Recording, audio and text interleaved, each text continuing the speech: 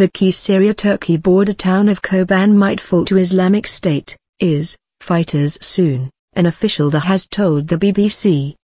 A flag of Islamic State has been seen flying over a building on the eastern edge of Kobane.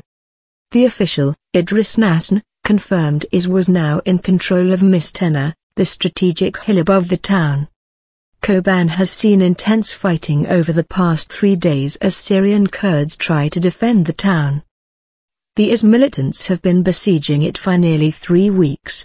Since then, more than 160,000 Syrians, mainly Kurds, have fled across the border.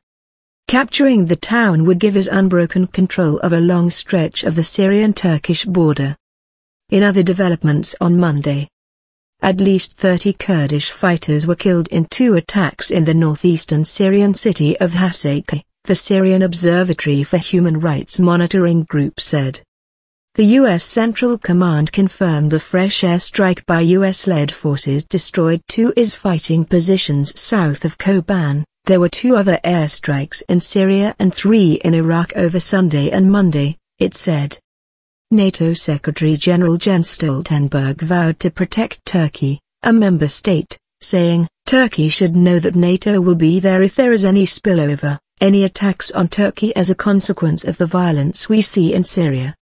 Civilian evacuation. The BBC's Paul Adams, near the border, says this has been a long day of constant gunfire, with smoke drifting across the rooftops of Kobane and occasional thunderous explosions reverberating across the valley. He says the street fighting has begun and that this feels like the beginning of the end. A steady stream of Turkish ambulances has been racing to and fro, our correspondent says, and it is now being reported that a mass evacuation of civilians is underway. Mr. Nassan told the BBC there were still thousands of civilians in Kobane. He said IS was now in control of Mistenur and that, in theory, gave the attackers a huge strategic advantage. But Mr. Nassan said IS was not yet firing down into the town from the hill. He said there was shelling in all parts of Kobane, adding, "Yes, it will certainly fall soon." Mr. Nassan could not say how long this would take, but added, "I'm not going to give up my home and my country easily."